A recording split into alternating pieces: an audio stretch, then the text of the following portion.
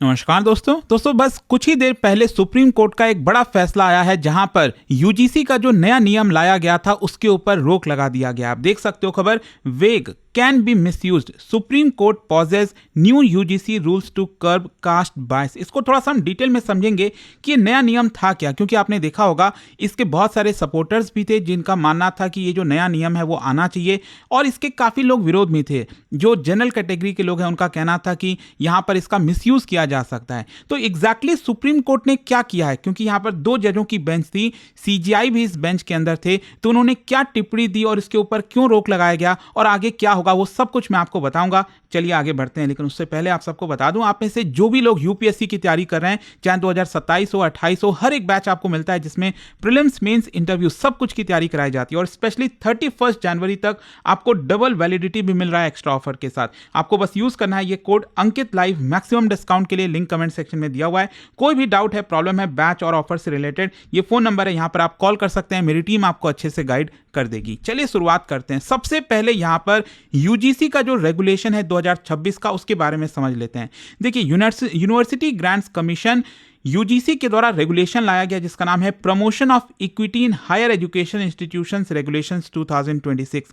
ये बस कुछ ही दिन पहले यूजीसी ने नोटिफाई किया था, और ये बेसिकली क्यों किया गया, क्योंकि 2012 का जो इक्विटी फ्रेमवर्क था उसको रिप्लेस किया जाना था, और सुप्रीम कोर्ट ने भी यहां पर यूजीसी को कहा था कि आप एक नया गाइडलाइंस लेकर आइए। और ये बेसिकली अगर आप देखोगे तो इसकी वजह से बोला यह जा रहा था कि जो कास्ट बेस्ड जो डिस्क्रिमिनेशन होता है, बाकी के फॉर्म ऑफ डिस्क्रिमिनेशन होते हैं यूनिवर्सिटीज में, कॉलेजेस में, और मैं आपको बता दूं ये देश के हर एक यूनिवर्सिटी और कॉलेज पर लागू होना था, चाहे वो माइनॉरिटी यूनिवर्सिटी हो या फिर कोई प्राइवेट हो, गवर्नमेंट की यूनिवर्सिटी हो, कॉलेजेस हो, सभी के ऊपर ये लागू किया जाना था। और उन संस्था से जुड़े हुए जितने भी लोग हैं, टीचर्स, स्टूडेंट्स, वहां के स्टाफ, सभी के ऊपर ये लागू होता। अच्छा, इसके कुछ की एलिमेंट्स के बारे में अगर मैं आपको बताऊं तो इस नोटिफिकेशन में ब्रॉड एंटी डिस्क्रिमिनेशन मैंडेट दिया गया। मतलब ये जो रेगुलेशन है वो लाया गया ताकि caste, religion, race, gender, place of birth और डिसेबिलिटी के बेसिस पर किसी भी प्रकार का डिस्क्रिमिनेशन ना किया जा सके, स्पेशली एससी,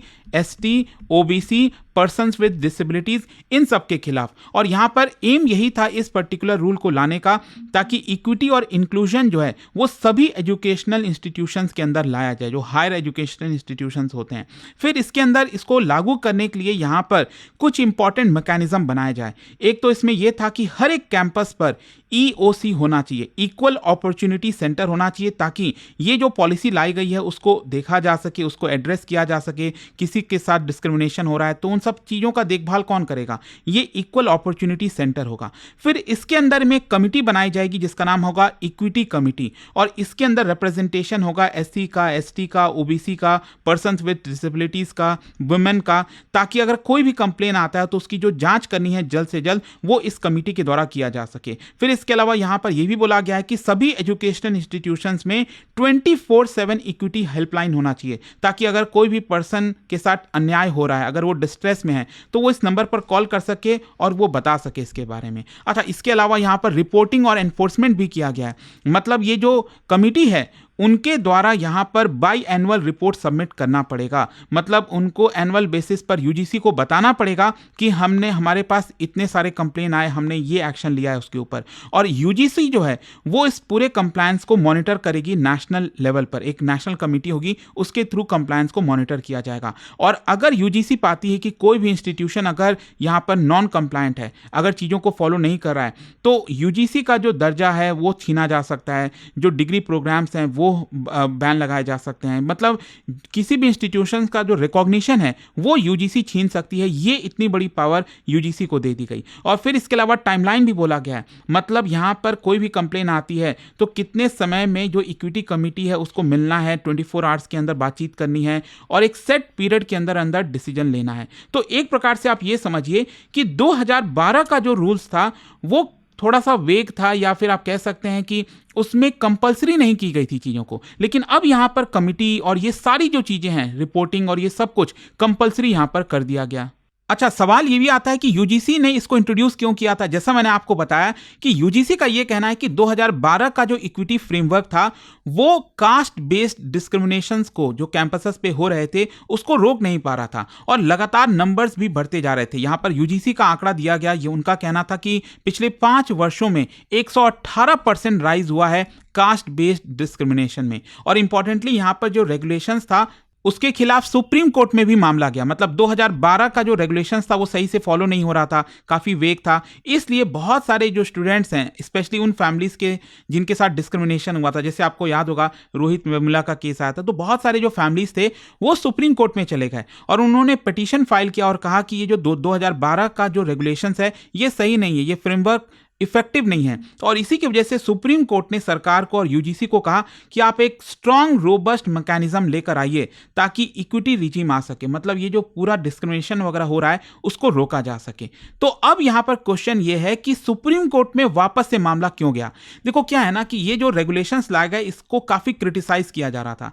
एक तो यहां पर यह है कि ये कहना कि एक प्रकार से जो आप कमिटी की बात करें, फॉर एग्जांपल कमिटी के अंदर जनरल कैटेगरी का पर्सन क्यों नहीं है, कोई SC ST OBC person with disabilities, यही लोग क्यों रहेंगे? मतलब आप ये मान के चल रहे हो कि अगर डिस्क्रिमिनेशन हो रहा है तो सिर्फ इन्हीं लोगों के खिलाफ होगा, क्या जनरल कैटेगरी के खिलाफ नहीं हो सकता है डिस्क्रिमिनेशन?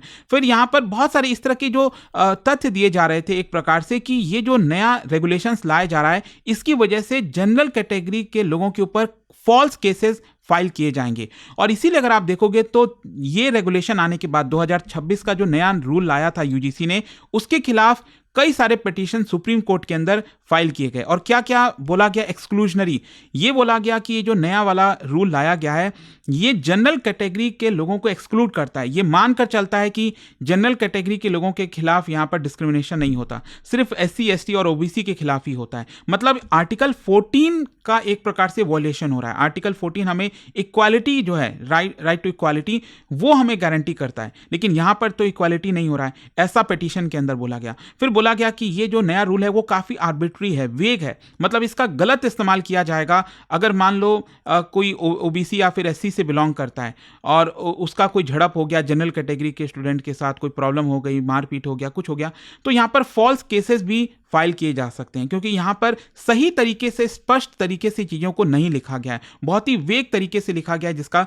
गलत इस्तेमाल हो जाएगा। फिर इसी को देखते हुए यहां पर काफी प्रोटेस्ट हो रहा था। आपने देखा होगा कि कोर्ट केसेस फाइल किए गए, सड़कों पर और सोशल मीडिया पर कई जो स्टूडेंट्स हैं, ग्रुप्स हैं, वो सामने आए और उनका कहना था कि इसको सरकार को वापस लेना चाहिए। यहां पर कई जो बीजेपी के ऑफिस बेरर्स हैं, कई जो सिटी मजिस्ट्रेट हैं, उन्होंने प्रोटेस्ट में रिजाइन भी कर दिया कि हम इसके खिलाफ हैं, और भी कई पॉलिटिकल वॉइसेस इसके सपोर्ट में आ गए। तो दोनों तरफ आपको विरोध देखने को मिल रहा था। एक तरफ यहां पर इसके सपोर्टर्स थे जिनका कहना था कि ये रूल सही है, आना चाहिए था, और फिर दूसरी तरफ यहां पर स्पेशली जो जनरल कैटेगरी के लोग हैं उनका मानना था कि ये गलत है, ऐसा नहीं होना चाहिए। अब क्वेश्चन ये है कि सुप्रीम कोर्ट ने डिसाइड क्या किया और क्यों डिसाइड किया है? देखिए क्या है ना कि आज सुप्रीम कोर्ट के द्वारा इसकी सुनवाई की जा रही थी, तो यहां पर 2 जजों की ये बेंच थी। एक तो खुद जो चीफ जस्टिस हैं सूर्यकांत और जस्टिस जोए माल्या बागची, उनके द्वारा यह निर्णय लिया गया कि अभी के लिए ये जो रूल लाया गया है 2026 का, इसको इंप्लीमेंट नहीं किया जाएगा। देखिए यहां पर मैं आपको बताता हूं, चीफ जस्टिस सूर्यकांत ने बेसिकली ये कहा कि एक प्रकार से ये जो गाइडलाइंस आया है ये सोसाइटी को डिवाइड कर सकता है और इसका बहुत ग्रेव इंपैक्ट होगा। If we do not intervene it will lead to dangerous impact prima facie. मतलब एक बार देखने को लगता है कि जो लैंग्वेज इस्तेमाल किया गया है वो काफ़ी वेग है और एक्सपर्ट्स की ज़रूरत है लैंग्वेज के ऊपर। मतलब कहीं ना कहीं सुप्रीम कोर्ट मान रही है कि देखो ये रेगुलेशंस आना चाहिए लेकिन सही तरीके से आना चाहिए। मतलब यहाँ पर जो शब्दों का इस्तेमाल हुआ है वो वेग नहीं होना चाहिए, स्पष्ट तरीके से होना चाहिए कि अगर ये इंसिडेंट हुआ तो ही यहाँ पर डिस्क्रिमिनेशन कहलाएगा। ये जनरल स्टेटमेंट नहीं होना चाहिए कि किसी के खिलाफ आप फिर केस फाइल कर पाओगे। तो कोर्ट ने एक प्रकार से क्या किया है, अभी के लिए सेंट्रल गवर्नमेंट और यूजीसी को नोटिस भेजा है और यहां पर कई जो कॉन्स्टिट्यूशनल इश्यूज, जो सवाल खड़े किए गए पिटिशनर्स के द्वारा, उसका रेस्पॉन्स मांगा है। तो एक प्रकार से अभी के लिए जो हियरिंग है और जो ऑर्डर्स हैं वो चलती रहेगी और जब तक फाइनल निर्णय नहीं आ जाता ये वाला जो नया रूल है वो लागू नहीं होगा। इनफैक्ट यहां पर आप देख सकते हो क्लियर कट डिस्टिंक्शन बताया गया है कि 2012 का जो रेगुलेशन था और 2026 का जो रेगुलेशन था उसमें क्या अंतर है। जैसे 2012 का एडवाइजरी था, गाइडेंस था, ये क्या है मैंडेटरी कर दिया गया 2026 में जो रेगुलेशन आया। इंस्टीट्यूशनल बॉडीज पहले ऑप्शनल्स वगैरह थे, बहुत ज्यादा उसके पास पावर नहीं थी। अभी यहां पर equity committee, equity squad, helpline, ये सारी चीजें कंपलसरी कर दी गई हर एक इंस्टीट्यूशन के लिए। एनफोर्समेंट भी पहले क्या पेनल्टीज वगैरह नहीं था, अब यहां पर प्रॉपर पेनल्टीज और बाकी की चीजों की बात कही गई है। तो इस तरह के आपको मेन डिफरेंस यहां पर देखने को मिलेंगे। ब्रॉडर कॉन्स्टिट्यूशनल इश्यूज क्या है, देखो इक्वालिटी और इक्विटी का यहां पर इश्यूज आ रहा है। जो सपोर्टर्स हैं इस रेगुलेशन के 2026 के रेगुलेशंस के, उनका मानना है कि देखो हिस्टोरिकली जो डिसएडवांटेज ग्रुप्स हैं उनके साथ काफी प्रताड़ना हुई है और उन्हीं के लिए रूल लाया गया है। मतलब यहां पर यह भी आर्गुमेंट दिया जा रहा है कि देखिए हमारे समाज में डाउरी का भी होता है प्रॉब्लम, रेप के केसेस भी आते हैं, तो कानून तो है ना, अगर कानून आप ये कहो कि ये इसकी वजह से फॉल्स केसेस फाइल किए जाएंगे तो मतलब क्या कानून हटा दिया जाए, ऐसा नहीं होना चाहिए। तो सपोर्टर्स का मानना है कि ये कानून, ये जो नया रूल आया है वो रहना चाहिए। लेकिन जो क्रिटिक्स हैं उनका मानना है कि देखो ये जो मैकेनिज्म है वो सही नहीं है, स्पेशली जो शब्दों का इस्तेमाल हुआ है वो सही नहीं है। जनरल कैटेगरी के लोगों के लिए बहुत बड़ा डिसएडवांटेज होगा और वो प्रॉब्लम में आ सकते हैं। और इसका इंप्लीमेंटेशन में भी चैलेंजेस है। कई जो यूनिवर्सिटीज और कॉलेजेस हैं उन्होंने कंसर्न्स जताया कि ये जो कमिटी बनाने की बात कही गई है, हेल्पलाइन लाने की बात कही गई है, ये बहुत ज्यादा बर्डन हो जाएगा यूनिवर्सिटी और कॉलेजेस के ऊपर। वो कैसे इन सारी चीजों को करेंगे, कैसे पॉसिबल हो पाएगा। तो ये सारे इश्यूज आ रहे हैं। अब क्वेश्चन ये है कि व्हाट नेक्स्ट। देखो अब सुप्रीम कोर्ट में फर्दर हियरिंग होगी इस चीज के बारे में ताकि फाइनल डिसीजन आ सके। अब सुप्रीम कोर्ट डिसाइड कर सकता है या तो इस रेगुलेशंस को कंटिन्यू रखेगा 2026 के, या फिर इसको पूरी तरह से स्ट्रक डाउन कर देगा, या फिर इसमें कुछ मॉडिफिकेशन कर देगा। मोस्ट प्रॉब्ली यही होता है, मॉडिफिकेशंस किए जाएंगे मुझे जहां तक लगता है। और गवर्नमेंट, यूजीसी, पेटिशनर्स, इंटरवेनर्स, जितने भी लोग हैं वो अपना आर्गुमेंट रखेंगे सुप्रीम कोर्ट में। सुप्रीम कोर्ट भी बात कहेगी, यूजीसी भी अपनी बातें रखेगी कि वो ये रेगुलेशंस क्यों लेकर आई। और मीन टाइम जब तक ये नया वाला चीजें शॉर्ट आउट नहीं हो जाती, 2012 वाला जो फ्रेमवर्क है वही फोर्स में चलता रहेगा। तो आई होप कि आपको समझ में आ गया होगा कि एग्जैक्टली यहां पर हुआ क्या है, सुप्रीम कोर्ट ने यह स्टे क्यों लगाया, किस लिए लगाया। जाने से पहले एक इंटरेस्टिंग क्वेश्चन आप सभी के लिए, क्या बता सकते हो इनमें से कौन सा टेक्स्ट ऐसा है जो codification of caste based social rules से सबसे ज्यादा एसोसिएटेड है, क्लोजली एसोसिएटेड है? इनमें से कौन सा टेक्स्ट? अर्थशास्त्र, मनुस्मृति, ऋग्वेदा या फिर उपनिषद? इसका राइट आंसर जो है आप सब जानते हैं, मेरे इंस्टाग्राम पर तो मिलेगा ही, वहां पर अगर आप नहीं हो कोई बात नहीं, टेलीग्राम से ले सकते हैं इसका सही उत्तर। और दोस्तों जैसा मैंने आपको बताया, अगर आप यूपीएससी की तैयारी कर रहे हैं, कोई भी बैच चाहते हैं 2027 हो 28 हो, हर एक बैच अवेलेबल है। बस आपको यूज करना है ये कोड अंकित लाइव मैक्सिमम डिस्काउंट के लिए, और 31 जनवरी तक डबल वैलिडिटी मिल रहा है एक्स्ट्रा ऑफर के साथ। ये फोन नंबर है, यहां पर आप कॉल कर सकते हैं, मेरी टीम आपको अच्छे से गाइड कर देगी। दोस्तों यूपीएससी का गोल बड़ा होता है और इस जर्नी में सही गाइडेंस और मेंटरशिप बहुत जरूरी होती है। इसलिए स्टडी IQ IAS लेकर आया है आपके लिए यूपीएससी 2027 की कंप्लीट फाउंडेशन प्रिपरेशन एक स्ट्रॉन्ग और स्ट्रक्चर्ड अप्रोच के साथ। हमारा फाउंडेशन कोर्स 3 लैंग्वेजेस में अवेलेबल है, इंग्लिश, हिंदी और इंग्लिश। अब आप अपनी पसंद की लैंग्वेज में तैयारी शुरू कर सकते हैं, same syllabus, same expert faculties और सेम क्वालिटी गाइडेंस के साथ। इस कोर्स में आपको मिलेगा टॉप फैकल्टीज का एक्सपर्ट गाइडेंस, प्रीलिम से इंटरव्यू तक complete coverage, daily live evening classes, structured notes, previous year questions and test series.